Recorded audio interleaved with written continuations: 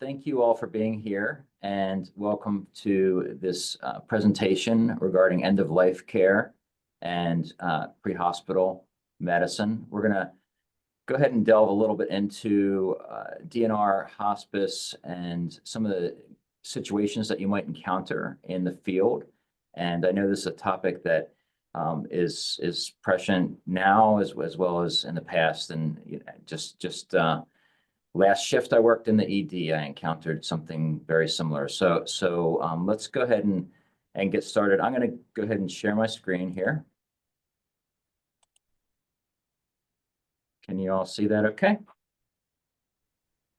Yes. Okay, perfect. So again, welcome to the presentation.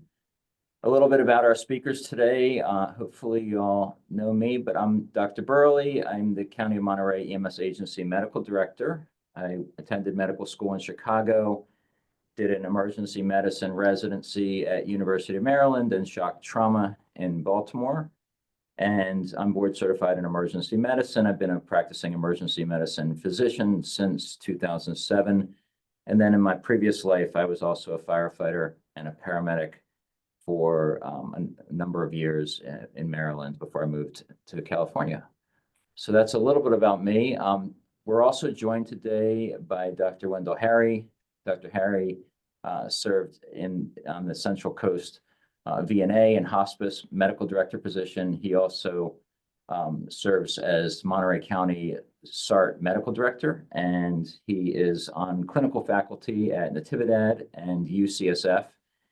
He trained at University of Texas Southwestern Medical School in Dallas. He completed his family medicine residency at Natividad and Salinas and is board certified in family medicine, as well as hospice and palliative medicine.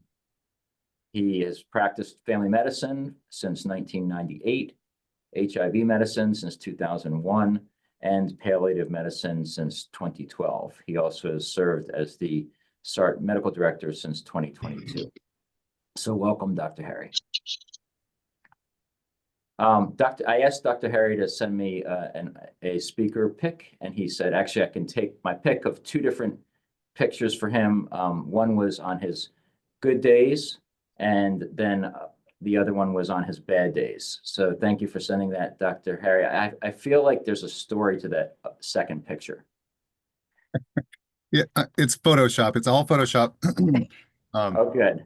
We were compelled, in this case by SVH, when I used to work at SVH, to do these what we call glamour shots.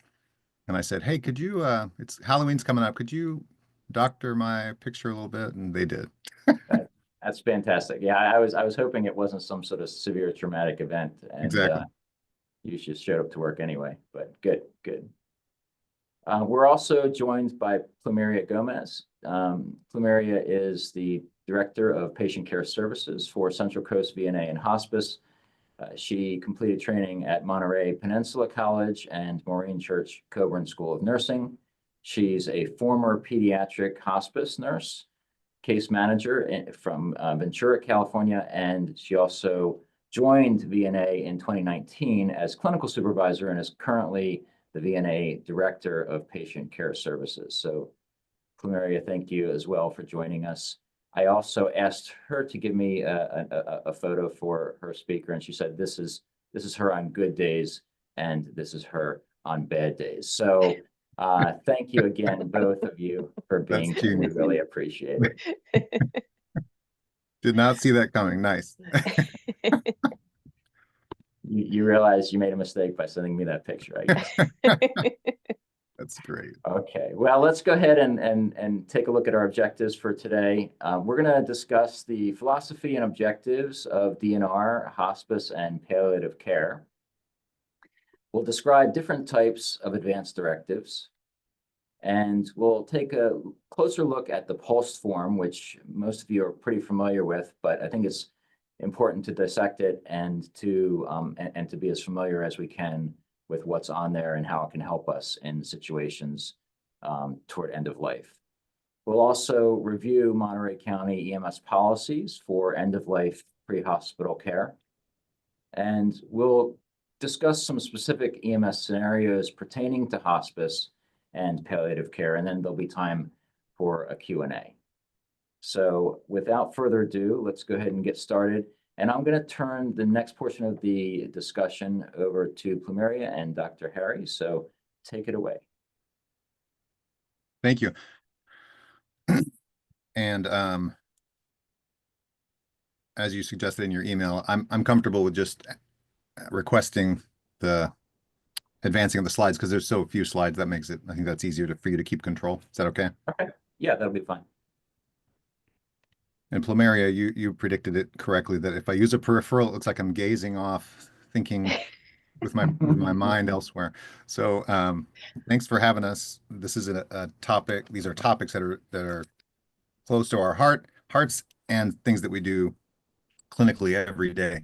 So likewise for y'all, whether in the field or in the hospital or dispatch or somewhere in between, understanding this stuff, being facile with the terminology, being comfortable with yourself talking about it, but then as we'll hopefully communicate, being comfortable with communicating these terms and this, we'll call it paperwork, these documents to patients and families is huge. You have a critical role. And in case I forget to say it later, the POLST form in particular, which we'll get to momentarily. Sometimes when we're working in our team at hospice, which includes a social worker, spiritual care, docs, nurses, etc., occasionally one of the clinical team members will say, we can't do a POLST, you have to do the POLST. But in fact, most of the communication, the facilitation happens by non-physicians, and then the physician sort of closes the deal, or the nurse practitioner or the PA, and provides the signature and makes sure, confirms that what's on that POLST form reflects what the patient wants, as stated by the patient or by the designated surrogate decision maker. Okay, so Dr. Credits to help me out with the pronunciation. Amelia Breyer, Dr. Breyer in Alameda, for the framework that we're using to talk to you about the terminology DNR, DNAR. There's 100 different ways to communicate and discuss this stuff. So the way she presented it is 3 points to remember. Keep it simple. The letters, what it means and doesn't mean, and how to talk about it. So first, we all say, I think for convenience, most of us say for convenience, DNR. DNAR, still, I find it referred to as the new way of discussing do not resuscitate, but in fact, it is not the new way. It is the standard. It's the only accepted term, abbreviation, phrase. American Heart Association, who, as you know, invented essentially standardized CPR and ACLS protocols. They've used DNAR since 2005. This is a 20-year-old conversation. So not 5 years old, not 10 years old. So if you're not saying DNAR, please start doing that. Why? We'll talk about that later. It's a little more of an honest abbreviation, but I just want you to know the history that do not attempt resuscitation and then even increasingly allow natural death are superior terms. And next slide. So this is stating the obvious for most of you. And when we get to the POLST form, the text of the POLST form leaves little confusion in this matter, but to state what is hopefully obvious, a DNAR order only takes effect in the scenario where a person has cardiopulmonary arrest. That is, they are dead unless somebody intervenes. It has nothing to do with a critical illness state. It has nothing to do with a respiratory arrest, where the decision really is about intubation or assisted ventilation. Anything up to the cardiopulmonary arrest scenario is actually sort of a different pathway. So DNAR does not mean do not treat. 15, 20 plus years ago, a common scenario in the intensive care unit or in the ED would be a patient comes in, they're sick as hell, they have a sepsis syndrome or a respiratory compromise that clearly, without intervention, is going to lead to their death. And you see someone's demeanor uh, relax or become dismissive, and they say, "Oh, the patient's DNR." Back then, when they said DNR, uh, that's just really incorrect. The question is, what are this patient's goals of care? Do we have documentation about their wishes? Are they able to speak for themselves and ask and tell us what level of care they want? The default being full treatment, full medical care, unless stated otherwise. So it never means do not treat. And please don't let do not attempt resuscitation influence your other care for the patients. And you can think of a dozen examples. The dialysis patient, the advanced cancer patient, the systemic illness patient, where they want everything medically reasonable done, but they also have decided that if they die, they want to be allowed to die naturally. So that's a DNAR. All right, next slide. How we ask matters. This is huge, and I always want to cram in too many teaching points. So Plumeria and John, move me along if I take too long. And how do you want to do questions? Do you want to wait till the end, or shall I just invite questions as we go? Yeah, it might be better to wait till the end of the presentation and then we'll take questions. Okay, good deal.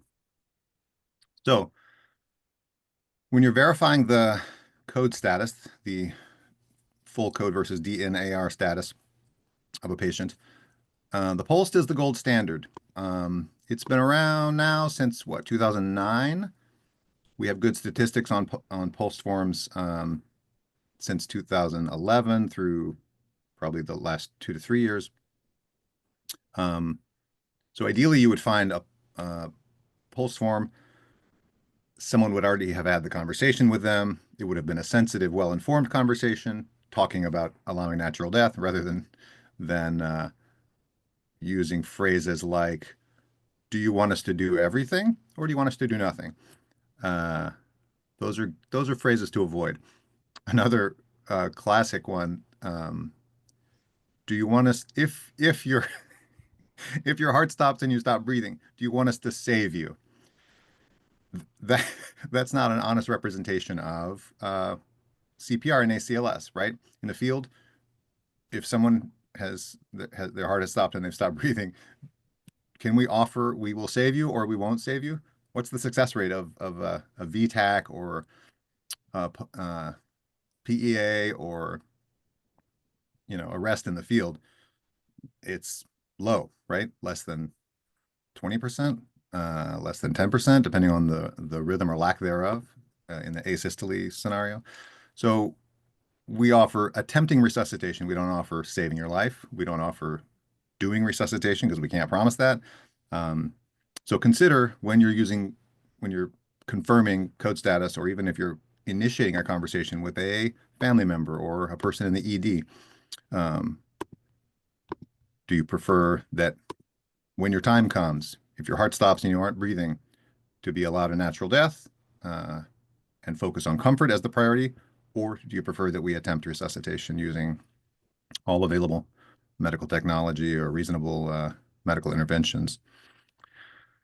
A case example of correct language, or I should say the importance of thoughtful language. Don't worry about using the exact perfect words, but just be thoughtful in your asking. There was a period in the early inception of POLST usage where the skilled nursing facilities locally, there was about 17, I think, and I worked in 2 or 3 of them at one point doing the teaching service for the residency, for Natividad's residency. And there was a point where the administrators of the skilled nursing facilities believed that they were required to have a POLST form.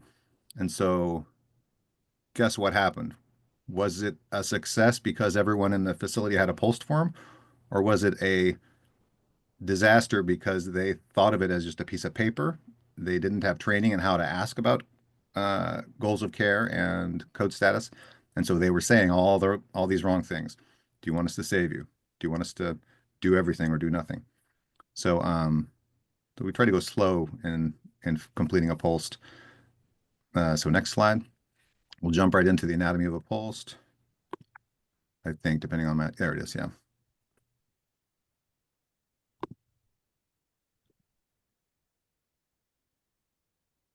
Oh, we can keep that slide up. But I just wanted to remind myself of a couple other thoughts about DNR versus DNAR versus allow natural death. Even as recently as 2020, an article I found on the different terminologies, different abbreviations, still considered DNAR less familiar than DNR, despite the fact that I told you it's been American Heart Association terminology for 20 years. So I encourage you to be the newer generation and use the correct abbreviation. Allow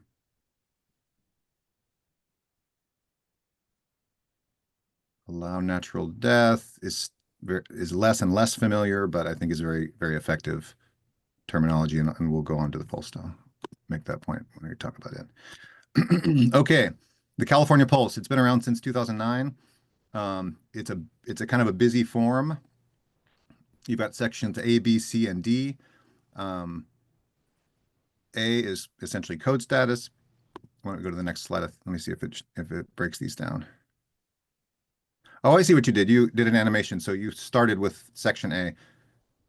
Dr. Right. Brewer, I just divided it up into the different sections. yeah, you're too slick. Your presentations are so good that it confuses me. So can you go back to section A?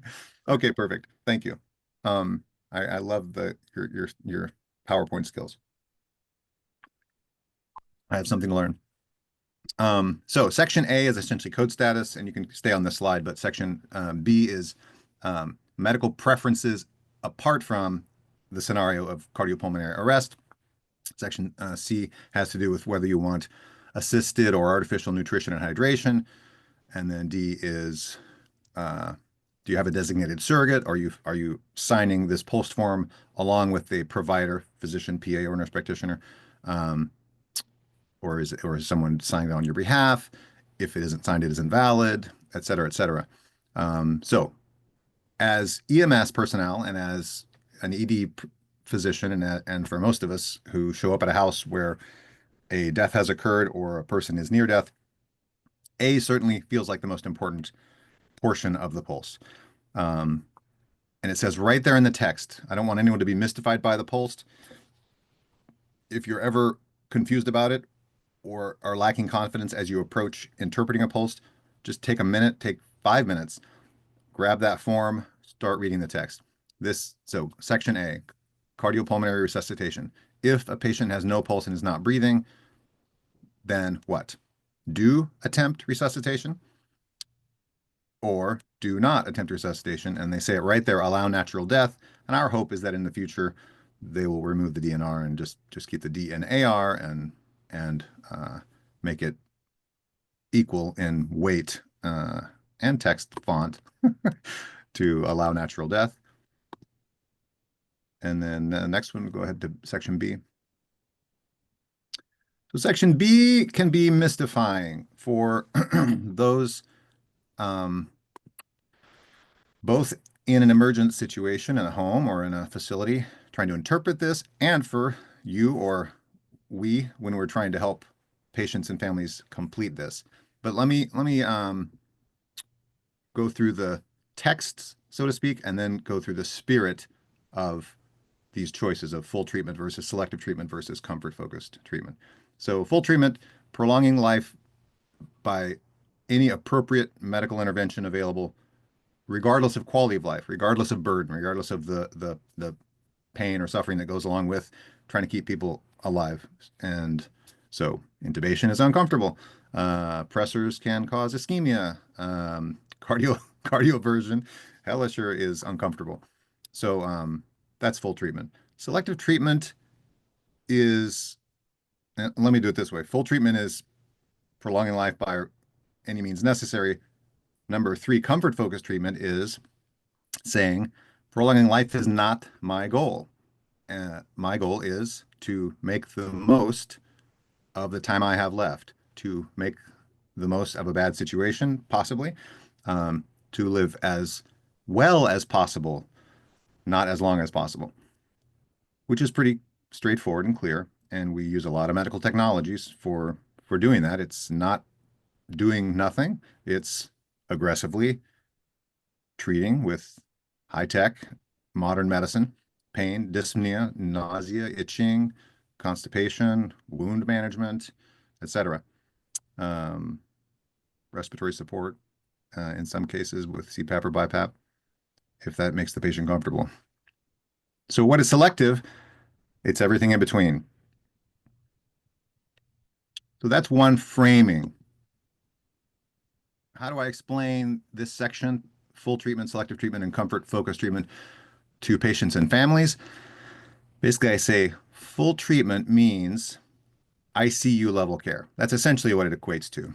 Ventilator, procedure, surgeries, high-tech medicines, um, sometimes controlled shocks of the heart to prolong life. Comfort-focused treatment, again, to do the extremes, is just what it sounds like. Focus on comfort and quality and forgetting about trying to live longer, and typically transporting to a medical facility only if your comfort needs cannot be met in the location where you are. And then selective treatment is everything in between. Selective treatment doesn't mean you can't. What? What's that? Oops, someone's unmuted. So selective treatment doesn't mean you can't have CPAP. It doesn't mean you can't have chemo or dialysis. It's case by case, but it basically means typically avoiding the type of care received in the intensive care unit. So intubation. Selective treatment would be analogous to the old terminology DNI. Intubation tends to be that break point. Not always, but that's essentially. How do I explain these sections to medical students, residents, colleagues, etc.? Full treatment, the same thing we just said. Do intubate. Selective treatment roughly equates to med-surg care. Do not intubate, typically. And comfort-focused treatment, as I said. I won't belabor that. Okay, I think that's all I wanted to say. And Plumeria, before you move on to your part, and if I didn't notice if John Hausdorff or Julianne Dean were able to join us, but does anybody else have, or John, anybody else have things to add about how you look at this POLST, how you dissect it, how you interpret it? I'm open to other thoughts. So Maria, feel free to comment and then I'll say a word or two. No, I don't have any comments. So yeah, I mean, I think for me, when I look at the POLST form, first of all, I want to make sure that I'm dealing with the right patient, right? So I look at the patient's last name and first name and make sure that the patient that I have in front of me is the patient that's on the form. I think that's important. I will look at the A box and see whether the patient wants to be resuscitated with CPR and intubation, or whether they do not. And then, as you had alluded to, Dr. Harry, the medical interventions box is pretty important in terms of what we're going to do for them, or whether we're going to try to keep them comfortable and alleviate pain and suffering, or whether we're going to sort of do a full court press on medical interventions or something in between.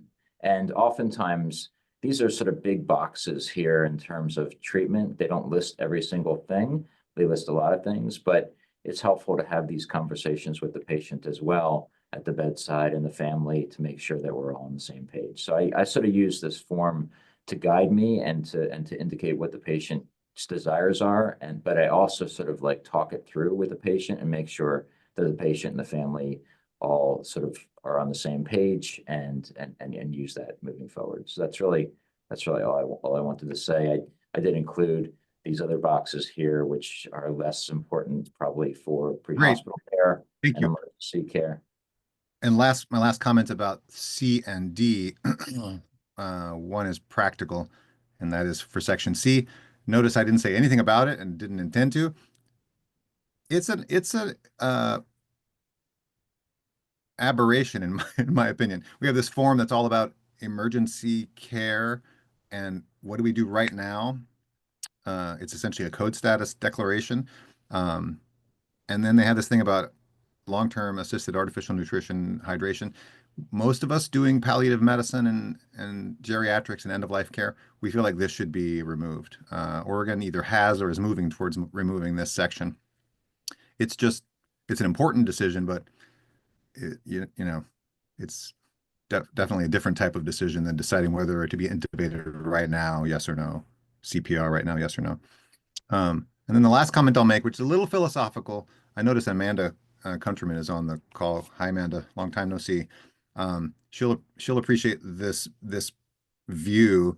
For those of you who don't do advanced directives with families and patients, or don't initiate and complete POLST with patients, this may seem a little too philosophical, but the POLST form is all about what do we do right now? A, B, C, D. The last thing on the list, so to speak, is confirming that it's been signed by the patient or a surrogate.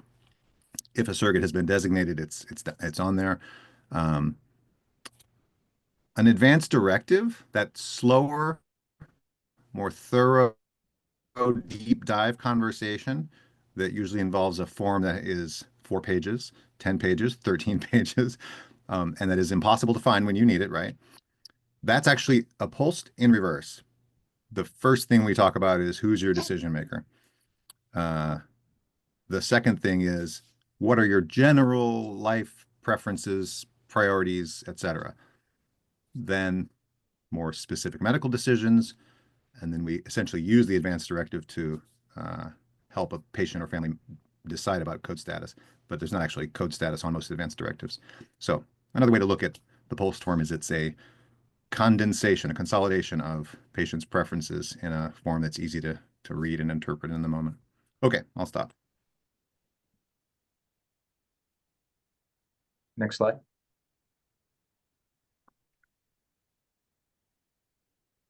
Okay, now we're going to talk about hospice. Hospice is a specialized care. It focuses on comfort. And you will often see patients at home on hospice care. We treat terminal pain. We treat cancer pain. We focus only on comfort, ideally. And as it says here, obviously, we don't want to give anybody naloxone or any Narcan because it can precipitate a pain crisis. We have comfort focused, oh, perfect. Possible to transport hospice patients without revoking hospice. Ambulance transport is generally discouraged unless patients and families are unable to adequately manage care at home. It's possible to transport hospice patients without revoking hospice. We also transport patients from one facility to another. We can, if a patient is in a pain crisis or is even actively dying and the family is no longer able to care for them at home, we will call EMS or non-emergency transport to transfer them to a higher skill level, whether it be a SNF or pretty soon to the hospitals. They should always have that POLST form with them, so you won't have to make the decision of whether or not to perform CPR or to do interventions. Contact hospice services. When a person is on hospice, there's some pretty telltale signs. They have a hospital bed in the living room. They have an oxygen concentrator. They have the POLST sitting next to them or most likely on the refrigerator. But they'll also have a folder. They will have a binder or folder with the hospice information, with the patient information. It should have all of the orders, the physicians, obviously the phone number for the hospice agency there in that one binder. Hospice, all hospices have availability 24 hours a day, 7 days a week. So the number should be there on the binder. The family should know the number. The different services that hospice provides is medical equipment. Like I said, the hospital bed in the living room is one of the most common signs that a person's on hospice. Medication kit. For all of our hospice patients, we send, when they come onto hospice, we send them with a mini pharmacy for the just in case medications. And those include opioids, antipsychotics, and constipation medications. It has just about everything that they would need in a moment of crisis. We have nurses that can come to visit, home health aides, social workers, spiritual care, volunteers. We also have grief support afterwards. So we have bereavement services. But the number one thing to remember is if a patient or if a person that you encounter appears to be on hospice, the family says, yes, they are on hospice, call the hospice agency because we can help coordinate care. We can also help manage the patient's symptoms or crisis without having to transport them back to the hospital.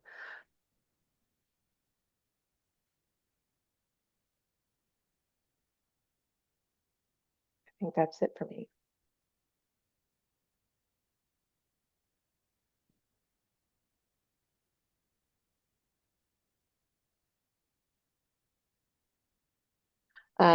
The things to know about hospice care, we're focused on comfort, the possible transport hospice patients without revoking. I guess I didn't touch on that. If a patient is in a pain crisis and we're not able to manage it, we can have them transported to the hospital and then have them transported back. Some patients need medical interventions that we can't provide at home. So whether it be a peritoneal drain, we have the transport from home to the hospital and then back home again. They don't have to revoke hospice services. And the number three, I think it should be number one, is to always call the hospice agency to inform them, to work with them and see if we can't keep that patient at home. Because generally that's the goals of care when a patient comes on hospice, is to die comfortably at home. Thank you so much. I appreciate you mentioning that because I think that sometimes is the missing step. Things can be confusing at the scene, and reaching out to the hospice service can be very helpful in clarifying the patient's wishes, the family's wishes, and sometimes just it provides one more person to help communicate with the family to kind of help with that decision making of should this patient be transported to the emergency department? What's our goal here?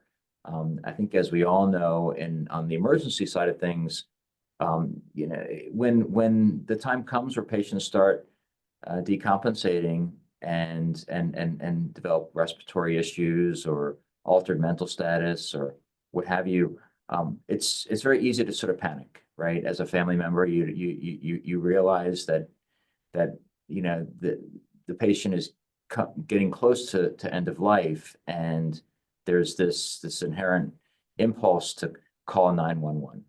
And that's oftentimes where we encounter families from a pre-hospital setting as well as an emergency department setting is there's been sort of a panic call made. And the right answer is independent for each situation. In some situations, the right thing to do is to keep the patient at home. Many situations, maybe even most, there are situations in which the family just doesn't feel comfortable with that, and patients do end up getting transported to the emergency department, and then we have to kind of work through with them what their goals are and sort of try to decide where we're going to go from there. But contacting the hospice service, both at the house and if the patient ends up getting transported, it's something I try to do as well, to get the hospice representative out to the emergency department to help with that conversation, because the family has been talking with their hospice coordinators for a long time, and they're meeting me for the first time. And so I think a lot of times having a familiar voice, a reassuring voice, someone who can sort of ground them again and refocus, like, what are our goals here, can be very helpful. So thanks for mentioning that. I think it's important. I'm going to talk a little bit about Monterey County EMS policies for end-of-life pre-hospital care. So as you know, we have a website for the EMS agency. If you put the MOCO for Monterey County EMS.org into your search engine, that'll bring you to the County of Monterey website, and the EMS agency has its own page on that website. This is where you can find a lot of helpful resources. Among those are our policies and procedures, as well as a host of other resources for you. So when you're in the field, if you do have questions, feel free to access these tools. Obviously, accessing this through a desktop is not ideal, but we also have an app that you can download to your phone so that you have it with you at all times. I find it really helpful just to kind of review policies and protocols on the fly on the road. And so I encourage you, if you haven't already downloaded this app, it's a really helpful tool to have at your disposal, so you can see the protocol for any situation you encounter in real time. So in this case, there's two providers. One of them has a question about either policies and procedures or adult or pediatric protocols. So he's savvy and has the app, and he's going to refer to that. And the other provider is thinking about other things. But either way, hopefully this will be helpful for providers in the field. So under policies and procedures, if you tap on this on the app, it brings up this screen, and this lists all of our policies and procedures. The place to find end-of-life care is under response and transport. So again, tap policies and procedures, and then number 4, response and transport. And under that, you'll find policy 4120, which is end-of-life care. So this is something that you can access pretty easily in the field. May be helpful. It's actually a fairly long document, several pages. So I just want to sort of go through it a little bit and make sure that there are no questions, and talk about intent if there are any questions. But the first part just lists the purpose of this policy, which is to establish the criteria that recognizes and accommodates a patient's designated end-of-life choices and directives.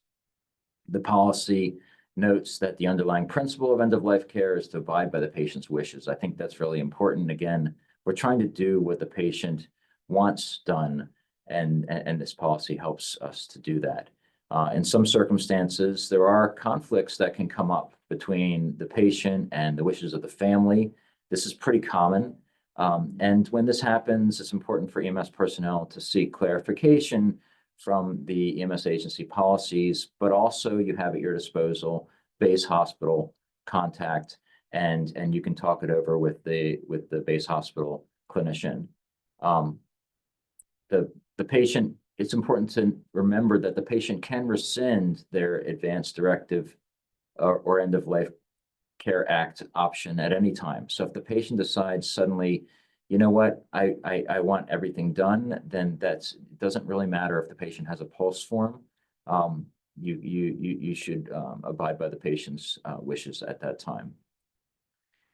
All patients with rapidly deteriorating vital signs or absent vital signs who do not meet the criteria for determination of death shall be treated with resuscitative measures unless EMS personnel are presented with a valid do not resuscitate order. A request to withhold resuscitation by an individual named as attorney in fact in a durable powers of attorney healthcare directive shall also cause resuscitation to be withheld. So there are a couple ways that we can withhold resuscitation, and the policy goes into those.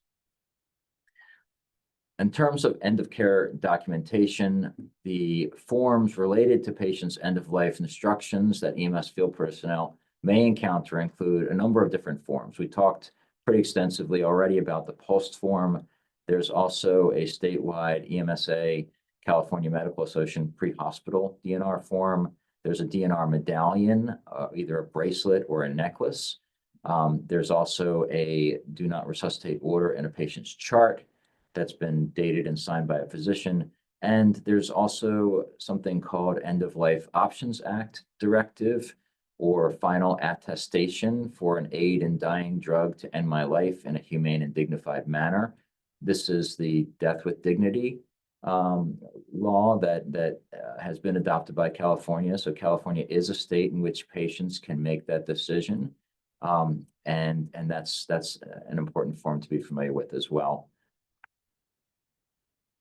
In terms of validating the form, EMS pre-hospital providers should review the form, make sure that they have the correct patient, that the form has been signed by the patient or legally recognized decision maker, that there is a signature from the patient's physician, that all signatures are dated, that the correct identification of the patient is crucial. So we want to make sure we're dealing with the right patient, and good faith efforts should be made at the scene to ensure that that's correct. And then in licensed healthcare facilities, a DNR order written by a physician shall be honored as well. The DNR medallion or bracelet, it points out that the DNR medallion or bracelet or necklace is it's made of metal. It has a permanently imprinted medical insignia. For the medallion or bracelet or necklace to be valid, the patient must be physically wearing the DNR medallion, bracelet, or necklace, and it should be engraved with the words "Do Not Resuscitate EMS" or California POLST EMS, along with there's usually a phone number that's also been engraved in the medallion. Now, you may find yourself in a situation in which the medallion is there, but they don't have it on the patient because of comfort. Again, you know, in the ideal world, the patient really should be wearing this. There may be, and probably is, other forms at the house that you can also utilize. So if the patient does not have the medallion on them, then turn to the POLST form or other DNAR forms. In terms of the POLST, it should be reviewed along with the other documents. Again, we kind of already highlighted this, but the POLST should be signed and dated by a physician, nurse practitioner, or physician assistant. Must be signed by the patient or the decision maker, and it's not valid without signatures. So sometimes you'll encounter a POLST form that has not been signed, and unfortunately, that document cannot be considered valid for DNAR directives. It is possible to receive verbal or telephone orders by a physician, as long as you're able to, in good faith, identify that this is the patient's physician. That, for example, maybe the forms cannot be located at a skilled nursing facility, and you're able to get the physician on the line who confirms that this patient does have an advanced directive stipulating DNAR that is valid. A little bit more about the End of Life Care Options Act, which is something that I think fewer people are familiar with. I think people are more familiar with this act in other states in California, and even in talking with some of my colleagues, many of them were not aware that California is a state that honors this. But essentially, a terminally ill and competent patient may elect to obtain medications to hasten their imminent death at a time and place of their choosing. They must satisfy extensive requirements as required by California law to obtain an aid in dying drug and complete a final attestation for an aid in dying drug to end my life in a humane and dignified manner within 48 hours prior to self-administration. So there's a lot of requirements for this, but it is an option for patients.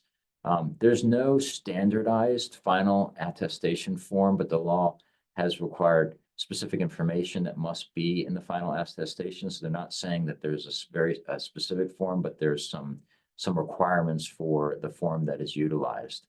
And so if available, EMS field personnel should make a good effort to review and verify that the final attestation form contains the following information. And it's right here in the policy. I won't read all of this, but again, if you're presented with this form, it may not be familiar to you.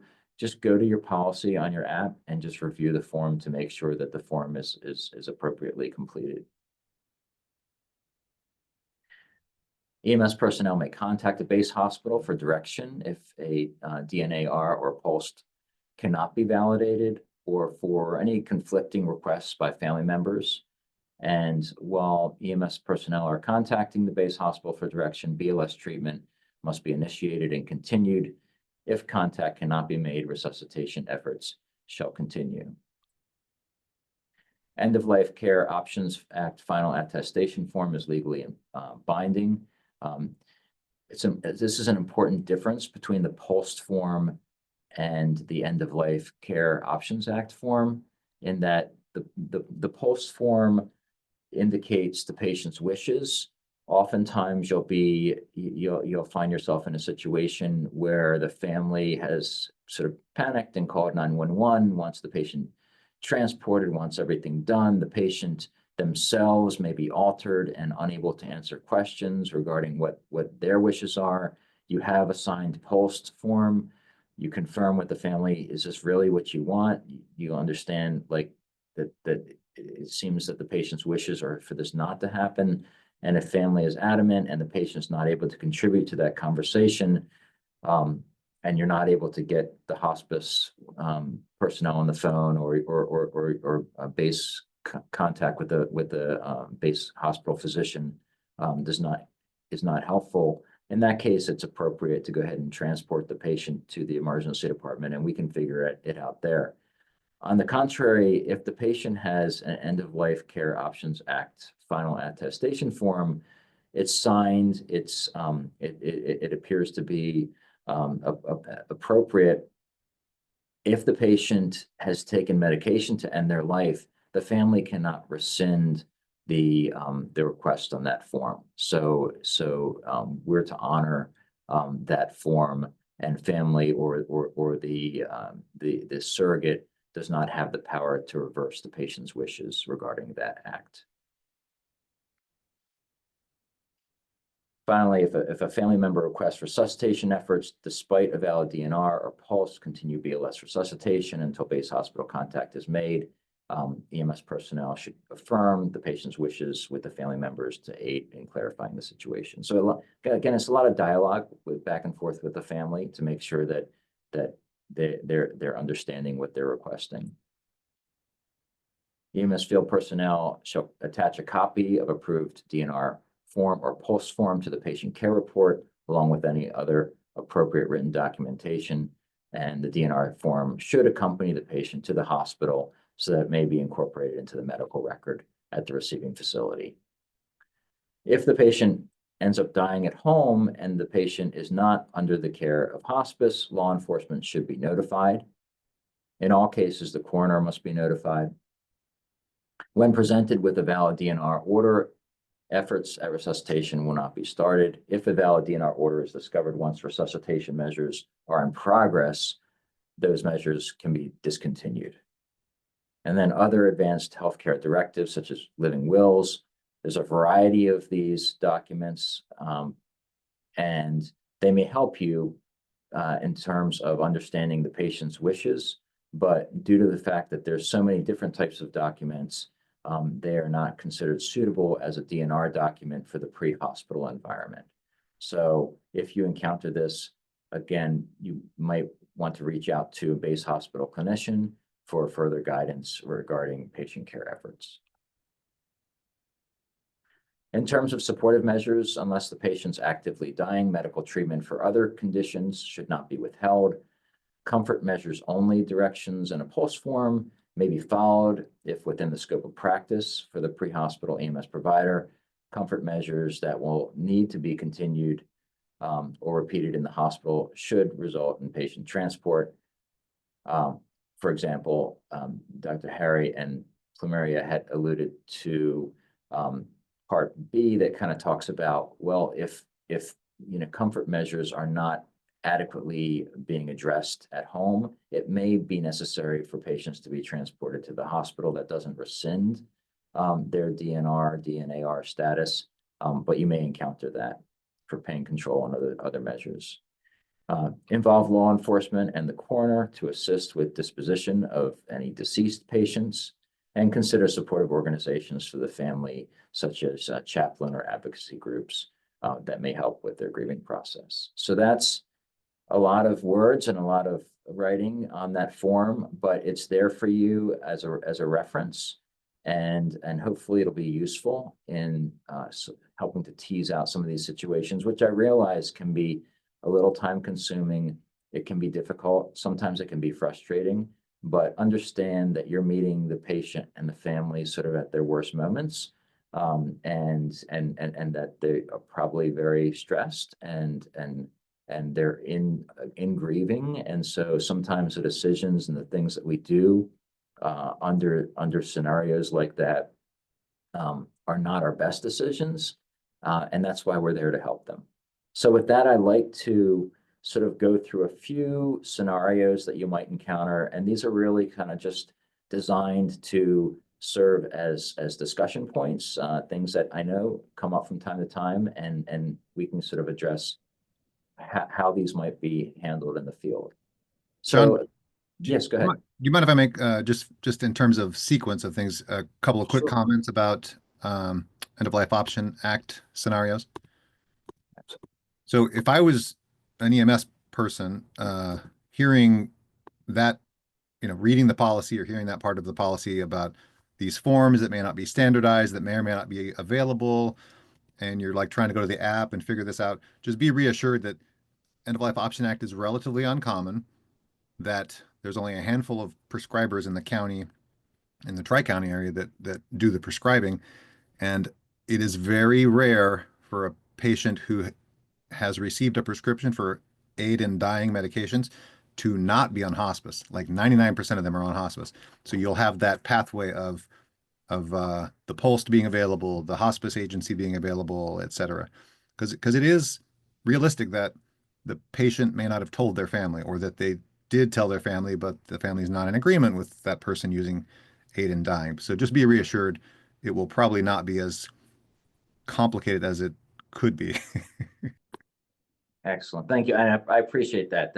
I think it's helpful that it's a reminder that you have more than the form to go on. You have a lot of resources, including oftentimes hospice, that you can contact, as well as the base hospital physician. So I think that's helpful. Anything else, sorry, Plumeria, that you wanted to add to the information that I've already gone over? No, I think you covered it pretty well. Anything else, Dr. Harry, before we move on to EMS scenarios? No, I think we're good. Okay. All right. Well, let's kind of look at a few situations that might come up in the course of pre-hospital care. So the first scenario, EMS is called to the home of an 89-year-old male in cardiac arrest. The patient has a properly completed and signed POLST form. The patient's daughter tells medics to do everything to save him. I don't know if any of you have ever encountered this, but I see it about once a week, so we might as well talk about it. What are your thoughts, Dr. Harry? How do paramedics handle a situation like this? You're going straight to me, huh? Yeah, you're So, not see. I think the most important thing in approaching these scenarios, and I think EMS folks, unique to other medical providers like pediatricians, family docs, et cetera, is you do, I think in terms of protocols and decision pathways. So the first thing you notice, cardiac arrest. This person is dead unless we intervene. So this is what is the code status scenario? This is not a go find the advanced directive scenario, right? He has a properly completed POLST form. It's a valid document. It's the law as written requires providers to follow it as a provider's order. But does that obligate the daughter, who may be the surrogate decision maker? Does it obligate her to honor it? to not override it, essentially to update the code status decision. She could do that legally. So my thoughts are this. I'm glad I'm not the one right there in the field. More power to y'all who are there on the front lines. It would be a sensitive, quick conversation with the daughter. And for me as a provider, it would go something like this. We noticed that the patient's stated preference was to be allowed to die naturally.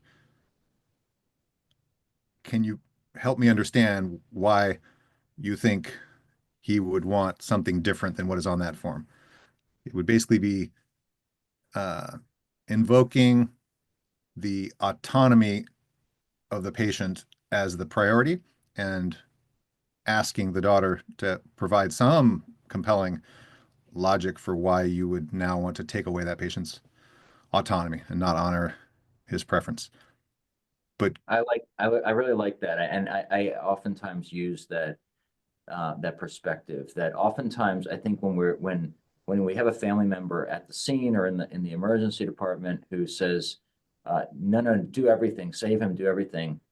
Again, like they're completely reversing course here at the very last minute. mhm, And it's easy to say, to look at that person and say, well, why would you want us to do that?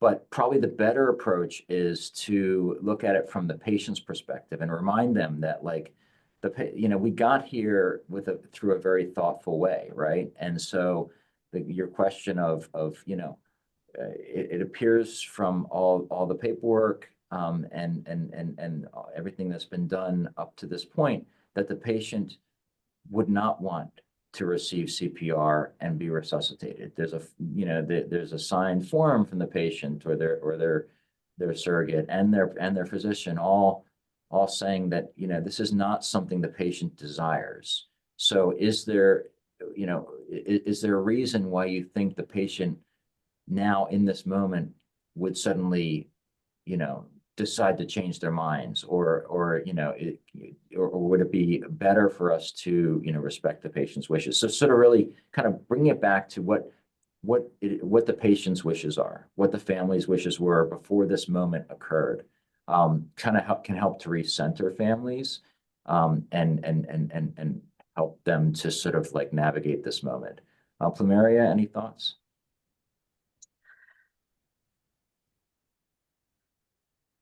In my experience, when people say, I want CPR on an 89-year-old man, I gently let them know what that would look like, especially if there's a DNR, especially if there's very clear instructions on their wishes. I let them know what that would look like and the recovery for that, and find a gentle way to let them know that that is not in their best interest.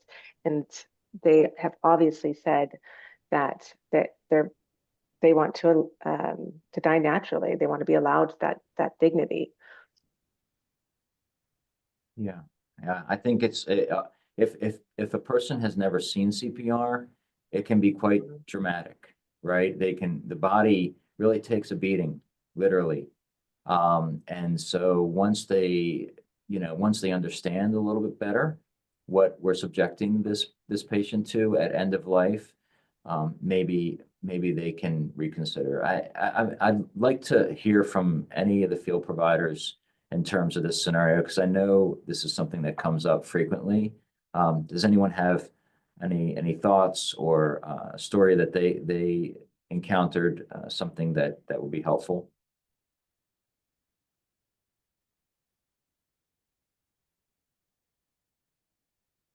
Go ahead, Steve. So, having faced that situation a few times in my field career, one of the things that I found helpful was to let the family gently understand that if we do resuscitate, we're resuscitating them to the condition they were just before they went into cardiac arrest, that there won't be a miracle that they'll get up and dance, that will be the condition. And is that what they want as the result of the action they're considering? And they usually take a few moments to think about that and realize that the pathway that is documented is usually best. That's a great point, Steve. We're not resuscitating them to full health here.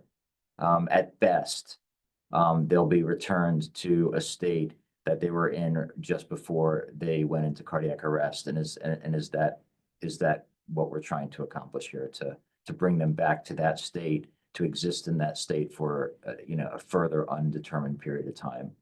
I think it's a great point. Thanks. Anyone else?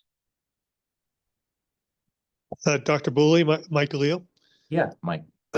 So, and obviously, there's these red herrings that come up all over the place in different situations, but sometimes we'll get there and the family will be having problems locating the POLST form or saying that it is there. And I had one where, the son arrives and he's contradicting that they do want everything done. So in this meantime, while they're not recommending that, a lot of times we kind of start doing like a BLS round of CPR. And then I got in a situation where we actually did get ROSC, and now they're producing a POLST form. So sometimes it's not so clean. And in San Luis County, we were always told basically that a dead person doesn't usually sue people, that if the family's there, and I guess, whether or not they have a valid reason. He changed his mind last night, while we were talking. I flew out, to see my dad before he passed, and he changed his mind. He wanted to spend some more time or something like that. When we have those opposing views, maybe you could talk to that a little bit. Yeah, for sure. And great point. Things don't always happen in the order that you would prefer them to happen. So oftentimes there can be a scramble, either at the private residence or even at the skilled nursing facility. What's the patient's advanced directive? Hold on, we'll go look for the chart. Meanwhile, you have to decide what to do. So, CPR is initiated since you don't have an advanced directive initially. And then as you're doing CPR, someone arrives with the POLST form. It's appropriately filled out and signed. And so, you're thinking maybe we'll go ahead and discontinue efforts. But then on the other hand, you have family. Oftentimes it's one specific family member who is adamantly opposed to stopping efforts and is very vocal at the scene. No, this is not what he would want. He would want, to go to the hospital. He does, and so it's not straightforward. It's confusing and it's difficult for providers to navigate that. It's not much easier in the emergency department. But again, as you said, like, dialogue is so key here in terms of, all the points that we've already made that Dr. Harry and Flumeria and Steve have brought up. I think have all been really great points. Just having that conversation with family, like, is this really what you want to happen? Do you want us to continue pumping up and down on his chest and blowing air into his lungs, and maybe even bringing him back to the state he was in right before he developed cardiac arrest? If you have family members that are at the scene who are pretty adamant that they want the patient transported, I think it's completely reasonable to transport. We're not likely to successfully resuscitate this patient in the emergency department, but we can have that conversation with the family over a longer period of time, and we can allow the family to be present at the bedside. I think that's oftentimes very helpful. Family can say in the consultation room that, they want everything done, but then when I bring them to the bedside while we're doing active CPR, and the patient's completely unresponsive, it's a whole different picture. And so I think family suddenly oftentimes gets it, and they say, okay, like, I see what's happening here, like, please stop. And so I think all of those things are tools that can be used. Don't feel that I think part of this conversation, at the end of the day, you should feel empowered to make the decision that makes the most sense in the situation that you're facing. I can't write policy and protocol for every scenario that you might possibly face in terms of end-of-life care. And so please feel free to use good judgment and make the best decision. And if there's if there are family members at the scene who are adamant that they want the patient transported, by all means, feel free to transport the patient. We can manage it in the emergency department as part of our jobs. So thanks, I appreciate that. I'm gonna, just so we can have a further discussion, I'll move on to the second scenario. So EMS is called to a nursing home for a 62-year-old female with difficulty breathing and agonal respirations. Family reports that the patient is DNR, families at the scene. The nursing home staff cannot locate the patient's advance directive paperwork. All right, anyone want to talk about this, and any of the pre-hospital providers? What would you do in this situation?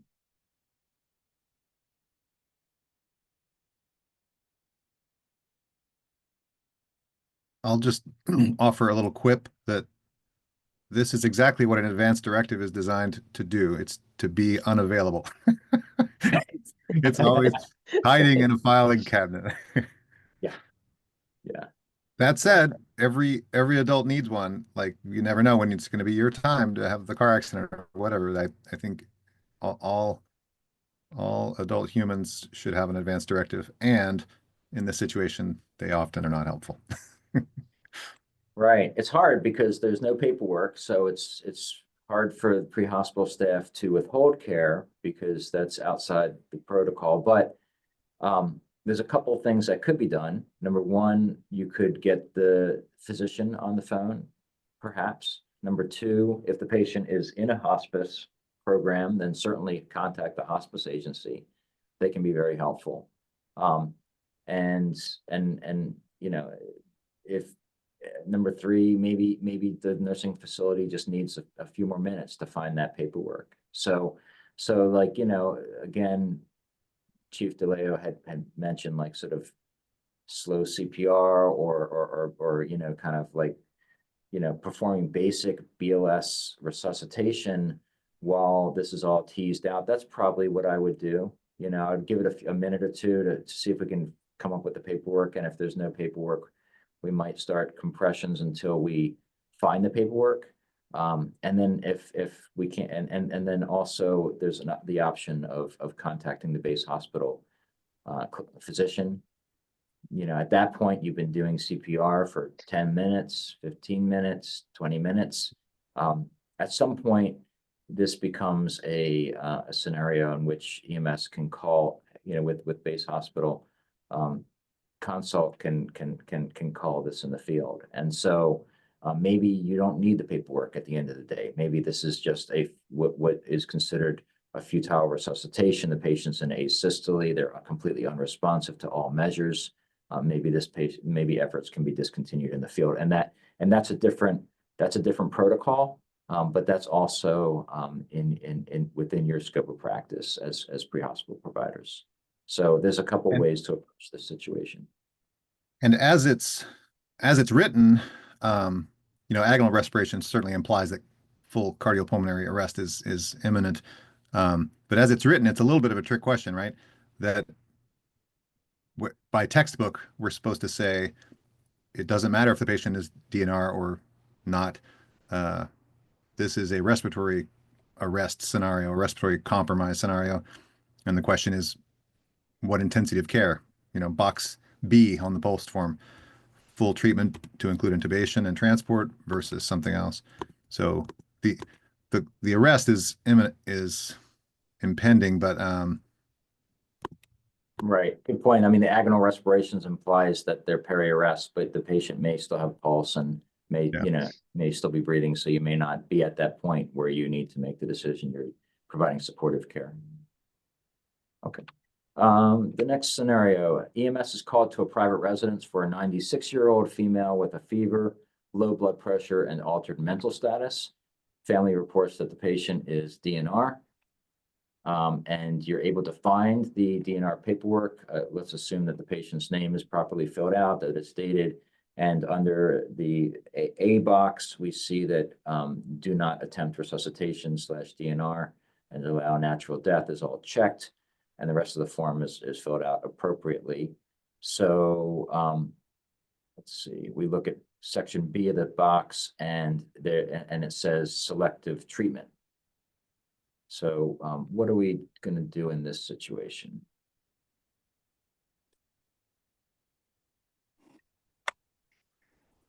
Well, Dr. Burley, for this scenario, I would say, being that they selected selective treatment, this patient could be septic.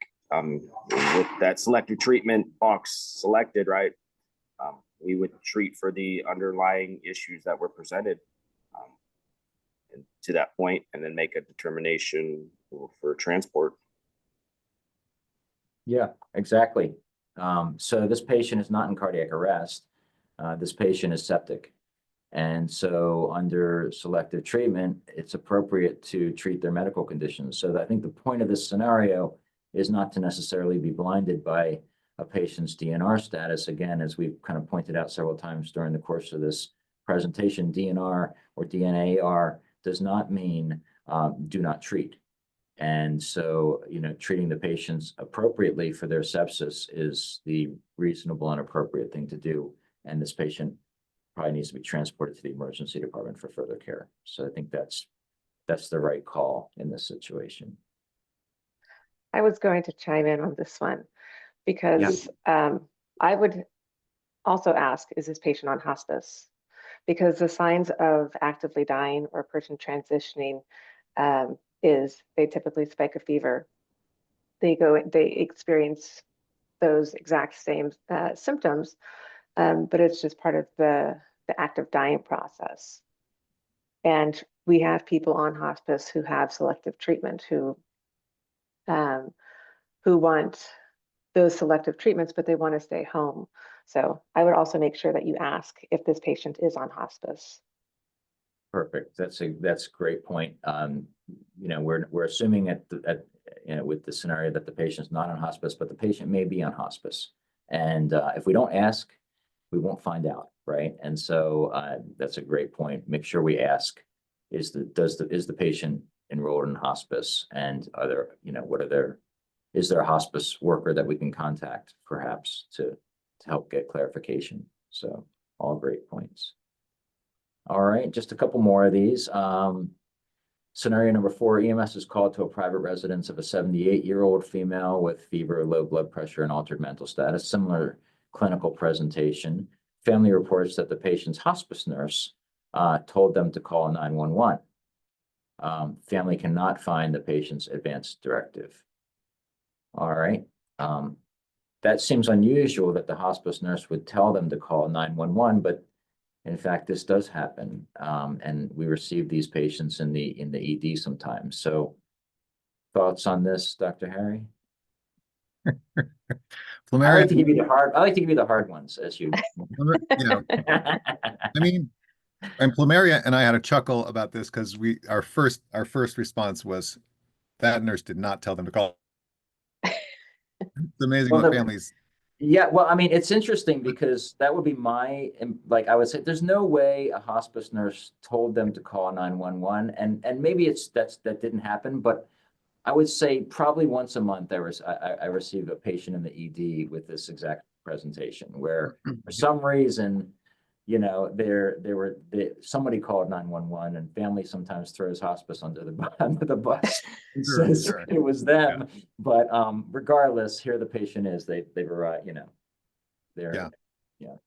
So this is another scenario where I don't envy the frontline staff who may not be well trained in these nuanced conversations about goals of care. Although Steve, some of your comments made me think you've taken the class. And I bet others of y'all have too. I bet you're better at this than protocol and policy would imply. So this is the time for that dialogue. So they call 911. There's a sepsis or a serious illness scenario going on. They can't find the advance directive, which is exactly what's supposed to happen. I would ask 2 or 3 different times and 2 or 3 different ways. Is there a pink paper? Is there a POLST form? Because there's often, it's an unusual scenario that a person is under hospice care and there is not a POLST available. So that's one comment. It's probably around there somewhere. And to your previous points, Dr. Burley, the family may have hidden it, torn it up, put it in the trash, whatever. So it may not be Fed there. it to the dog. And then Yeah. at the risk of sounding like a broken record, as best you can in an emergent situation, call hospice. Try to get guidance from an on-call nurse, an on-call provider.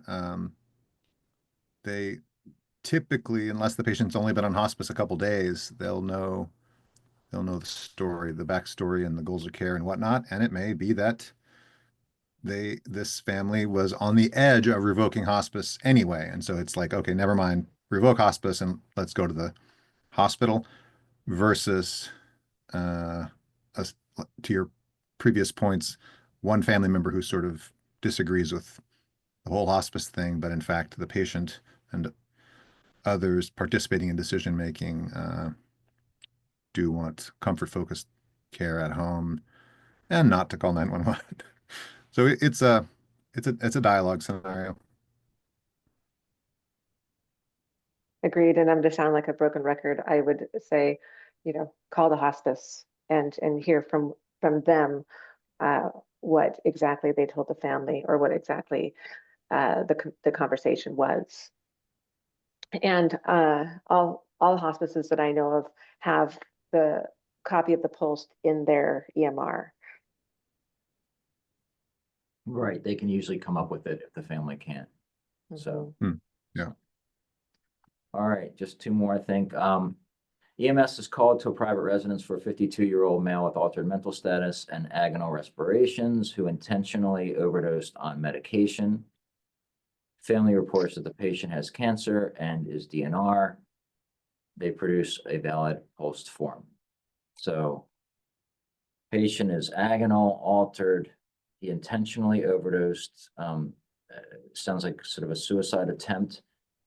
He does have a valid POLST form, and family states that he has a terminal illness and is DNR. What about, I'd like to hear about from pre-hospital again on this one. What are your thoughts? Again, ask if he's on hospice. Is this patient on hospice? Yeah. A lot of times, medical aid in dying, as you mentioned before, isn't well known. So if a patient says, I'm taking my medication, and they have a sudden change, it's the family's interpretation of what's transpiring that they report to the EMS. So it might not be what is actually happening. Ask the questions, start that dialogue. Is this patient on hospice? Is this patient, and a lot of patients don't tell their family that they have the medical aid in dying medications. And a lot of people also don't understand the I guess the extent of the medication regimen that a hospice patient can be on. Cancer pain is a different type of pain. So if a person's taking what would seem like an extreme amount of pain medications, it might be that they're not narcotic naive and that they have a high tolerance or they have a high pain amount that needs to be medicated that way. So call hospice. All good points. And my summary statement is things are often not what they seem. Yeah.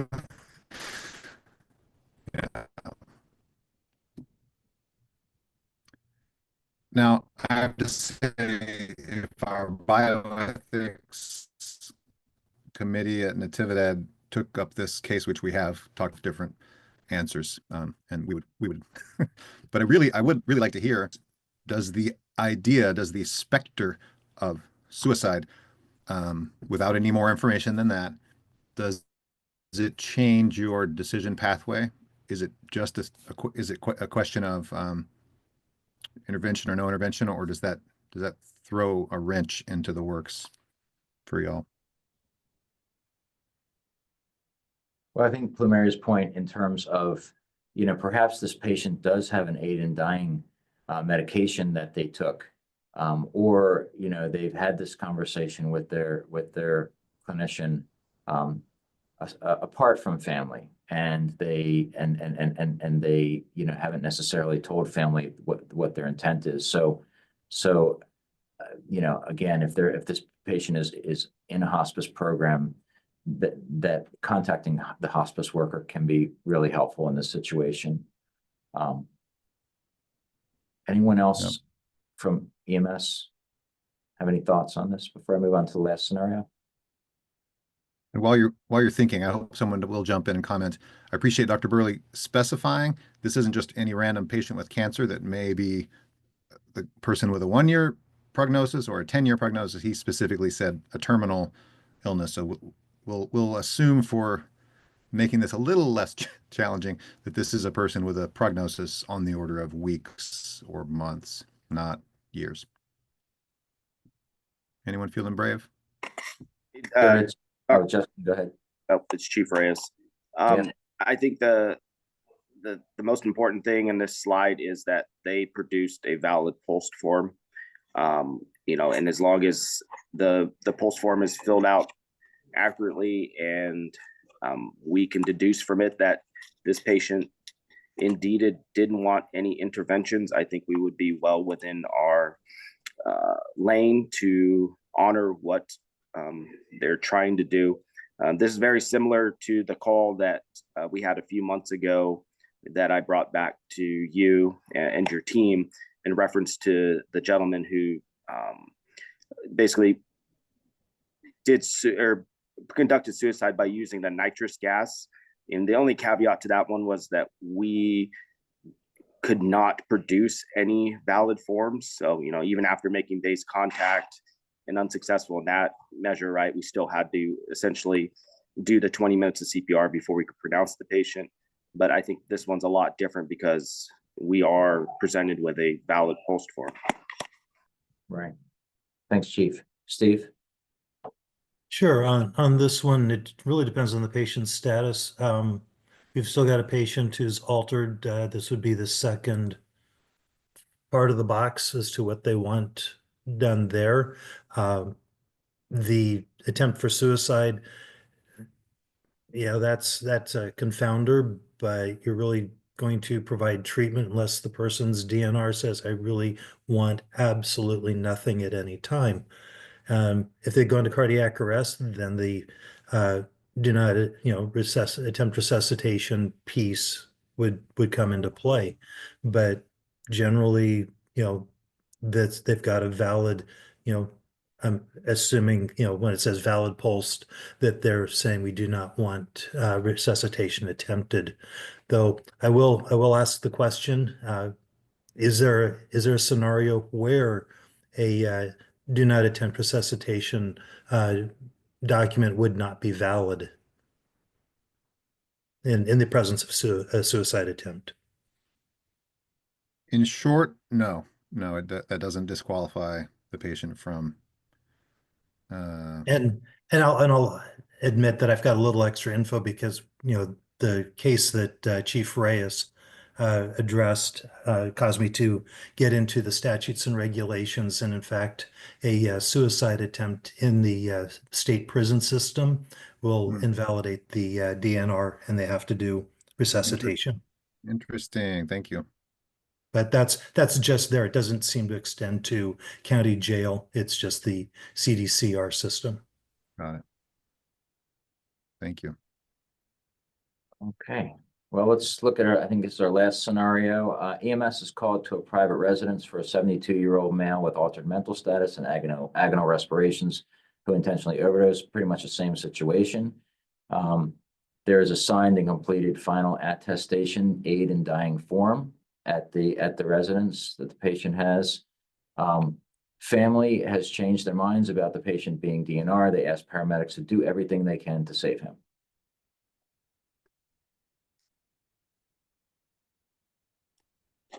Well, Dr. Burley, I'll chime in.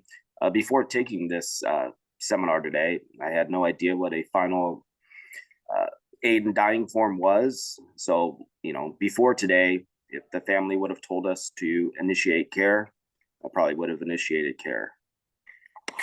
But with the knowledge that we gained today, I would do my best to honor, the form. But then again, I think it still leans to, if the family is still providing pressure, we start the BLS measures, we make base contact, try and have a discussion with the family and go from there. Thank you, Chief. Yeah, great. I mean, that sounds like the presentation has been successful, at least in like raising awareness of this form and the status, which is what I was hoping we would be able to do. And you're absolutely right.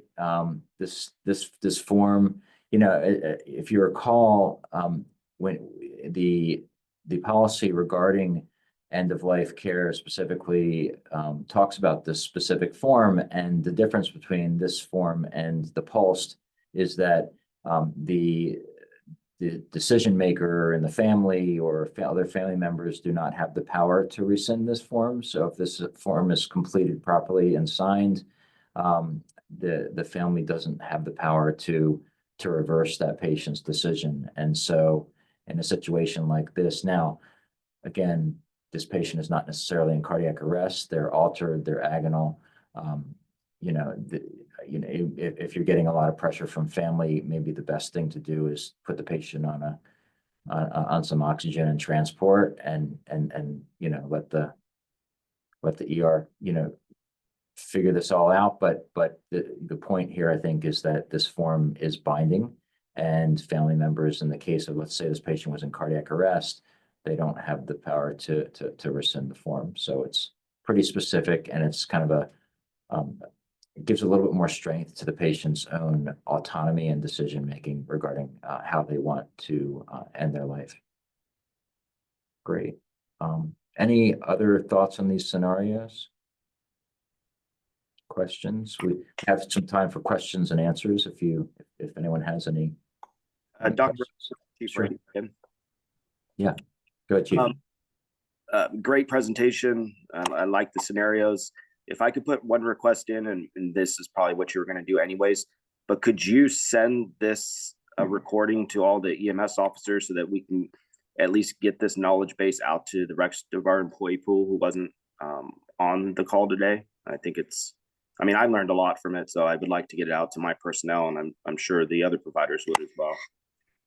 Yeah, absolutely. And we are recording this presentation, so our intention is to put this onto the county's website so that it's accessible for anyone who wasn't able to attend, and they can download and watch the presentation at their convenience.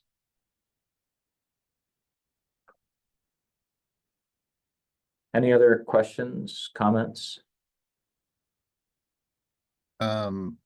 We in the palliative medicine world, and which sometimes includes end-of-life care, are just fanatical enough about advanced care planning and respecting autonomy that I'll make the offer that if you all wanted a training specifically on advanced directives, POLST forms, and how to complete your own advanced directive, because most young, healthy EMS folks do not need a POLST, but an advanced health care directive is advised. So we would love to help facilitate a training, formal or informal.